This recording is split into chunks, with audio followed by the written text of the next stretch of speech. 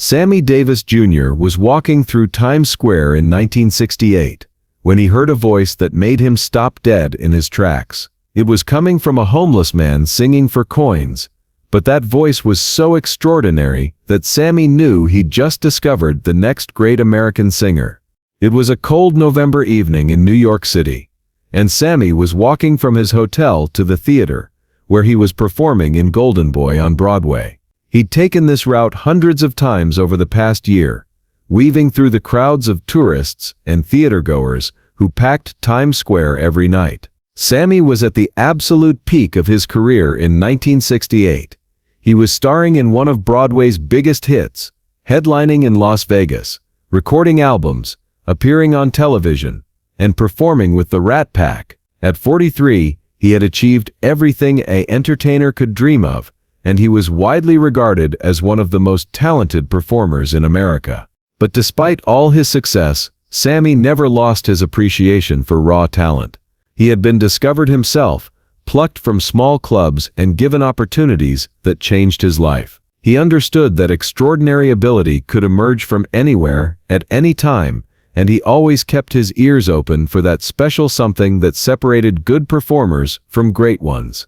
That's why when he heard the voice rising above the noise of Times Square traffic, Sammy stopped walking. It was coming from near the TKTS booth, where a small crowd had gathered around a street performer. Sammy couldn't see the singer yet, but the voice was unmistakable, rich, powerful, with the kind of emotional depth that couldn't be taught. Whoever was singing had real soul, the kind that came from experience, from pain, from having lived a life. Sammy pushed through the crowd to get a better look, and what he saw stopped him cold. The singer was a black man in his late 30s, sitting on a milk crate with a battered acoustic guitar. His clothes were dirty and worn, his hair unkempt, and everything about his appearance suggested he'd been living rough for some time. In front of him was an old hat with a few coins and crumpled bills, but none of that mattered the moment he opened his mouth again. The man was singing Summertime, the Gershwin classic, but he was making it entirely his own. His voice had the power of Paul Robeson, the soul of Sam Cooke, and the emotional range of Nat King Cole. But there was something unique there too, a raw authenticity that came from singing not for applause or money, but for survival. Sammy listened, transfixed, as the man moved through the song with perfect pitch and impeccable phrasing. This wasn't just good street performing. This was world-class vocal talent that belonged on the biggest stages in the world. When the song ended, the small crowd applauded and dropped money in the hat before moving on. But Sammy stayed, waiting to hear more. The homeless man looked up and noticed Sammy standing there, still listening. There was a moment of recognition in his eyes. He knew who Sammy Davis Jr. was, but he didn't say anything. He just nodded slightly and began his next song. This time it was Georgia on My Mind, and if anything, it was even more incredible than the first song. The man's voice seemed to fill all of Times Square, cutting through the noise and chaos with pure, undeniable talent. Sammy felt a chill run down his spine. In 40 years of show business, he'd heard every kind of singer imaginable, but this was different. This was the kind of once-in-a-generation voice that could move mountains. When the song ended, Sammy stepped forward and dropped a $20 bill in the hat. The homeless man looked up, surprised by the generous donation. "Thank you," he said quietly. "What's your name?" Sammy asked. "Jerome.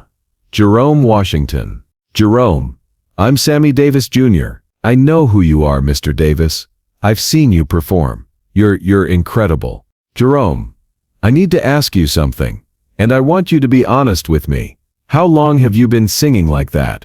Jerome looked puzzled. "Like what?" "Like you could be the greatest singer in America." Jerome let out a bitter laugh. "Mr. Davis, I appreciate the compliment, but look at me. I'm sleeping in doorways and singing for quarters. I'm nobody." "Jerome, I've been in this business my entire life. I've worked with Frank Sinatra, Dean Martin, Ella Fitzgerald, Count Basie. I know talent when I hear it, and what I just heard, that's not street performer talent, that's Carnegie Hall talent." Jerome stared at him, not sure if this was real. Where did you learn to sing? Sammy continued. My mama taught me when I was little, sang in the church choir growing up in Mississippi. Then I went to Vietnam, and when I came back, Jerome's voice trailed off. When you came back, what happened? Things were different. I was different. Couldn't find work, couldn't find a place to live. Been on the streets for about 2 years now. Sammy's heart broke. Here was a man with extraordinary talent, a veteran who had served his country, reduced to singing for coins because life had dealt him a series of bad breaks. Jerome, I want to make you an offer, and I need you to trust me. I think you have the kind of voice that could change your life, and maybe change a lot of other lives too. But we need to get you cleaned up, get you some proper training, and get you in front of the right people. Mr. Davis, I don't understand what you're saying. I'm saying I want to help you. Tonight. Right now. Come with me. Jerome looked skeptical. Why would you do that?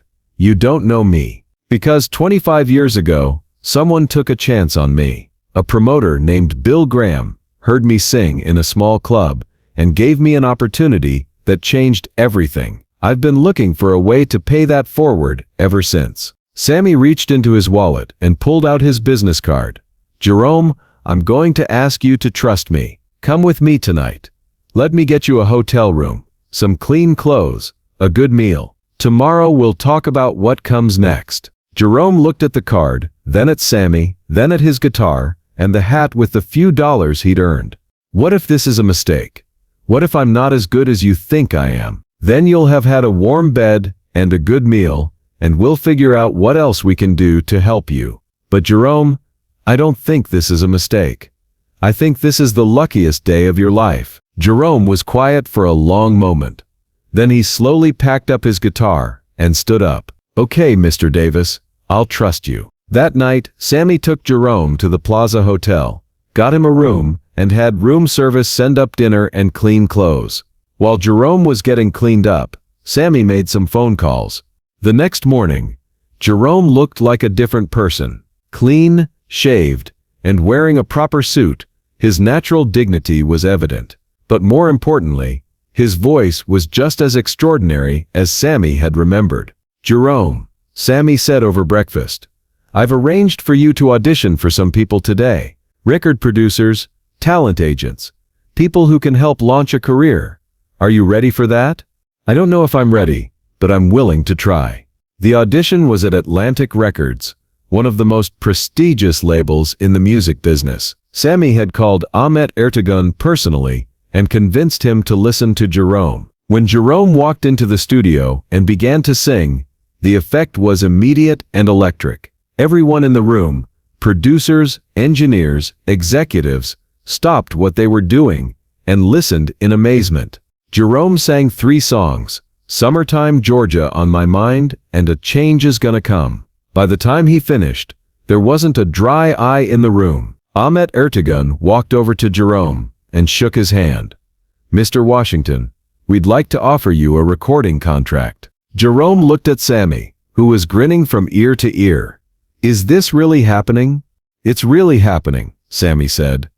But this is just the beginning. Now the real work starts. Over the next 6 months, Sammy took Jerome under his wing completely. He arranged for vocal coaching to refine Jerome's technique, hired a personal trainer to get him in shape, and most importantly, taught him about the music business, how to handle money, how to deal with contracts, how to manage fame. Talent is just the starting point, Sammy told Jerome during one of their sessions. What separates good singers from great ones is professionalism, discipline, and understanding that you're not just an artist, you're a businessman. Jerome soaked up everything like a sponge. He had the hunger that comes from having lost everything and being given a second chance. He practiced constantly, studied other great singers, and approached his career with the seriousness of someone who understood how precious this opportunity was. In May 1969, Jerome Washington released his debut album, From the Street to the Stage. Produced by Sammy Davis Jr., the title track, a song about second chances and the power of believing in people, became an instant hit. The album went to #3 on the Billboard charts, and Jerome's voice became one of the most distinctive sounds on radio. Critics called him the most important new voice in soul music and praised Sammy for his role in discovering and developing the talent. But the real measure of Jerome's success wasn't commercial, it was personal. The homeless veteran, who had been singing for coins in Times Square, was now selling out concert halls and inspiring other struggling performers. At Jerome's first major concert at Madison Square Garden, Sammy introduced him to the audience. "Ladies and gentlemen, I want you to know something about the man you're about to hear. 18 months ago, he was living on the streets, singing for quarters, but he had something that no amount of money can buy.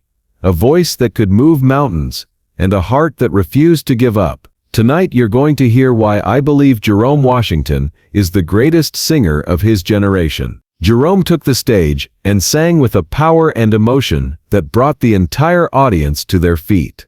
When he finished his set, he called Sammy back on stage. "Ladies and gentlemen," Jerome said, his voice thick with emotion, "I want you to meet the man who saved my life."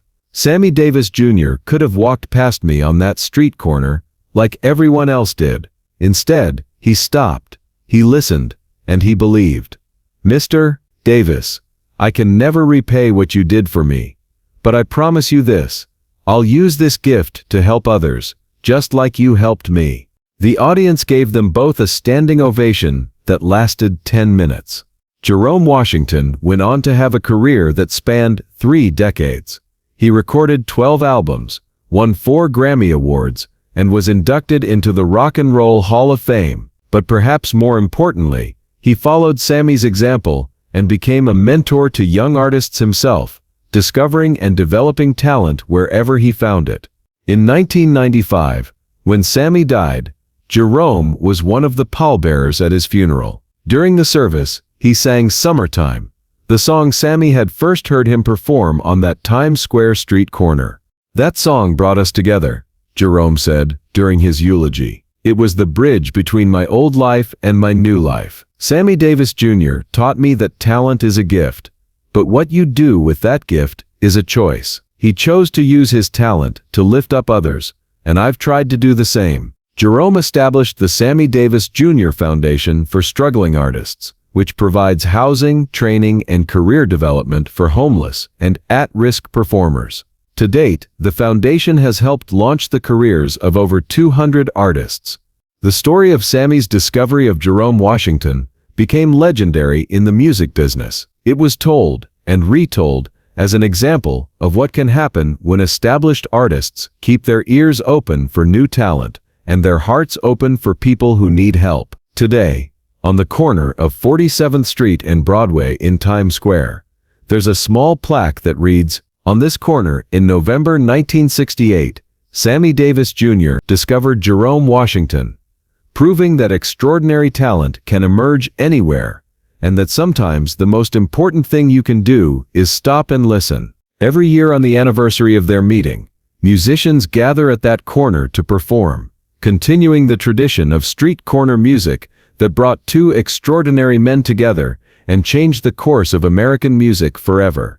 If this incredible story of talent discovery, second chances, and the power of believing in people moved you, make sure to hit that subscribe button and share this video with someone who needs to remember that extraordinary ability can emerge anywhere.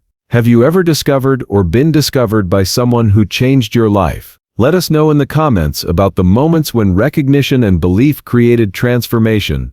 And don't forget to ring that notification bell for more amazing stories about the encounters that create legends and change everything.